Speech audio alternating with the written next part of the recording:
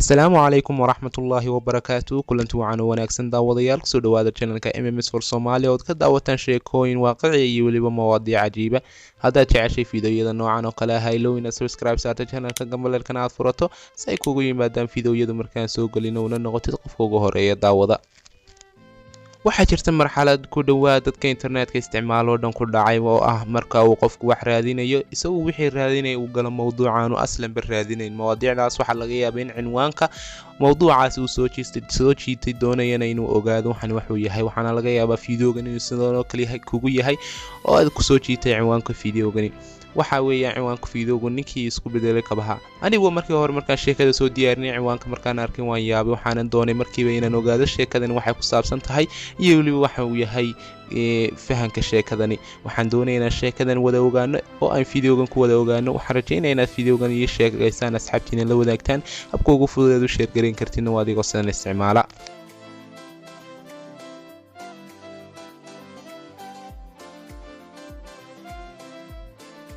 sheekadani waxay ku saabsantay maanta nin la odhan jiray George Barrot maaha sida shakhsiyaadkii hore aan kaga soo hadalnay sheekooyinkeen hore usoo dhignay channelka waayo malaha ninkan tafaasiil khaas oo ku saabsan noloshiisa sida meeshii uu ku dhashay iyo meeshii uu ku noolaa si aynu u ogaano sababta ka dambaysa dambiyada uu geystay laakiin waxaa kaliya in ognahay ayaa ah inuu ninkani ku dhashay kuna loonaa meel ka mida waddanka Mareykanka qarnigii 19aad waxaa laga yaabaa inaad leedihiin iminka muxuu noo taraya ogaanshiyaha mustaqbalka ninkan haddaaban ogeyn yaraantiisa iyo dambiyadu soo geystay iyo waxyaabaha sababta ku qasabtay inuu ninkan dambiyada geysto laakiin dadku maba daneeyaan noloshiisa hore iyo beriga uu noolaa sida ay u daneeyaan kadib markii uu dhintay waayo qisada maanta ka hadlanaaba waxay dhacday oo ay soo dhacday kadib markii uu ninkan dhintay George Barrot waxa uu ahaa nin qaadicu durq oo dadka wadooyinka u fadhiistay sidoo kale wuxuu ahaa nin hogaamiye budhcadeeda markii ugu horeysay ninkan George Barrot lagu soo qoray jaraa'idada ayaa waxay ahayd 1878 markaas oo ay dhaceen tareenkaas ay dhaceenna waxa ay ku khasabtay askarta inay raadiyaan doonaan inay qabtaan ninkan oo ay xukumaan haddaba ninka maayarka magaalada uu ahaa markaas oo la oran jiray Robert iyo saaxiibkiisa dambi baadha u ahaa shirkadda Henry Vincent ayaa waxay ahaayeen labada shakhsi ee aad u doonayeen ninkan qabtaan oo ay hadaba bila la raadinayay kadib ninkaasi George waxa la ogaaday ama ay ogaadeen ninkii maayirka ahaa iyo dambi baadhihii meesha uu joogay oo uu deganaa ninkaasi George iyo budhcadiisu meeshaas oo ku sheegeen meel ku dhaweyd buurti la oran jiray Ilk waxa uu dareemay George markii ay meesha soo galayeen ninkaasi dambi baadhaha iyo maayirku isagu ma hurdin laakiin saaxiibadiisa kale oo dhan way hurdeen waxaan isku dayay inuu kiciyo saaxiibadii isagoo awooday inuu kiciyo meeshiina waxay awoodeen inay ku dilaan ninkii dambi baadhaha iyo maayirkii magaalada waxaanay ku aasay meel ku dhaweyd buurtaasi la odhan jiray Ilk waqti badan kama soo wareegin markii la ogaaday in maayirkii iyo dambi baadhihiiba la dilay sidoo kale la ogaaday meesha lagu aasay waxaa haddaba la dhigay lacag aad u badan lacagtaas oo ahayd $20,000 isagoo la keenaya madaxa ninkaasi George qofkii keena madaxa ninkaasi George waxaa la siinaya $20,000 ayaa la yidhi iyadoo la dhigay lacagta intaa leeg haddana mar qura laguma guulaysan meesha in la keeno ninkaasi George madaxiisa waayo cid ogeyd mabay jirinba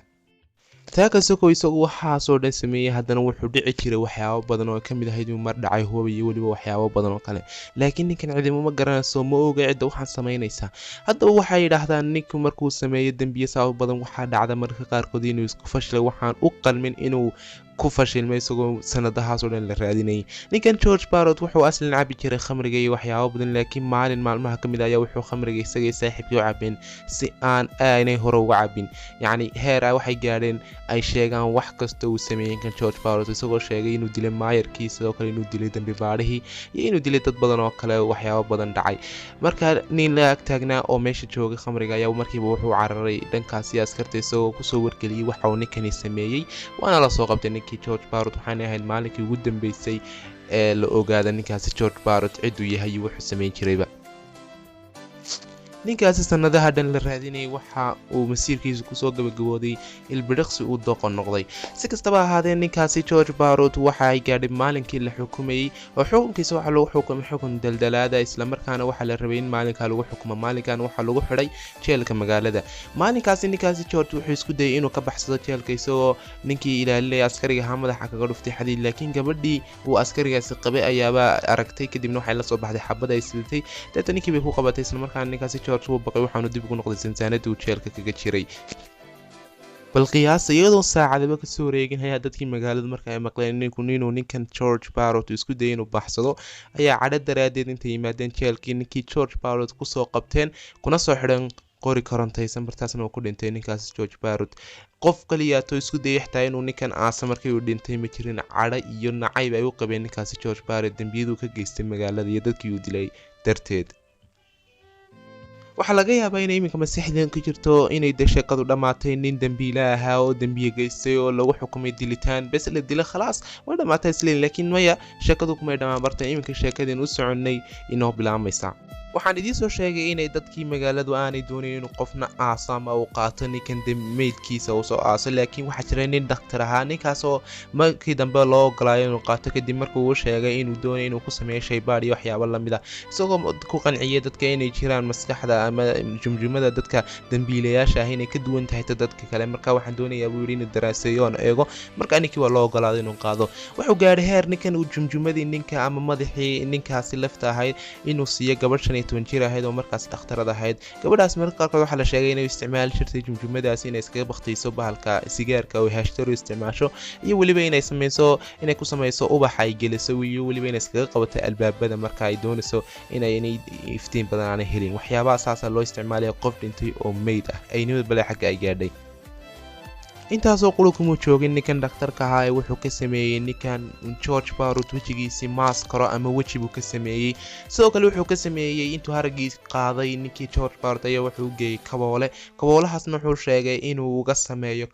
kabahaasna waxa la sheegay inuu ku tagi jiray munaasabadaha waaweyn munaasabadahaas uu ka soo qayb qaadan jiray kabahaas uu xidhan waxay ahayd haraga qof noolaa maalmaha kamid oo sidiisoo kale u neefsanayay ayaa wuxuu ka sameeyay waxaas bal ay nimad xagga dhaag sidoo kale ninkan George Parrot inta kuma joogin haragiisa intii soo hadhay wuxuu ka sameeyay xaqiibad ama shandadaas oo isticmaal jiray dawooyinka iyo waxyaabaha ku ridan jiray ninkan dhakhtarka markii dambe waxaaba loo doortay inuu noqdo xaakimka meeshaasi magaaladaasi waayo qof doonay inuu difaaco ninkaas George Parrot iyagoo ogaa inuu kabaha xidhan yahay ka samaysan yihiin haragii ninkii George Parrot iyo waxyaabo badan oo kale uu sitay ka samaysnaayeen laakiin haatan ma doonin cidba inay daafacdo ninkaas George Parrot waayo weyn ognahay George Parrot inuu soo sameeyay dambiyo xun oo waxyaabo badan soo sameeyay laakiin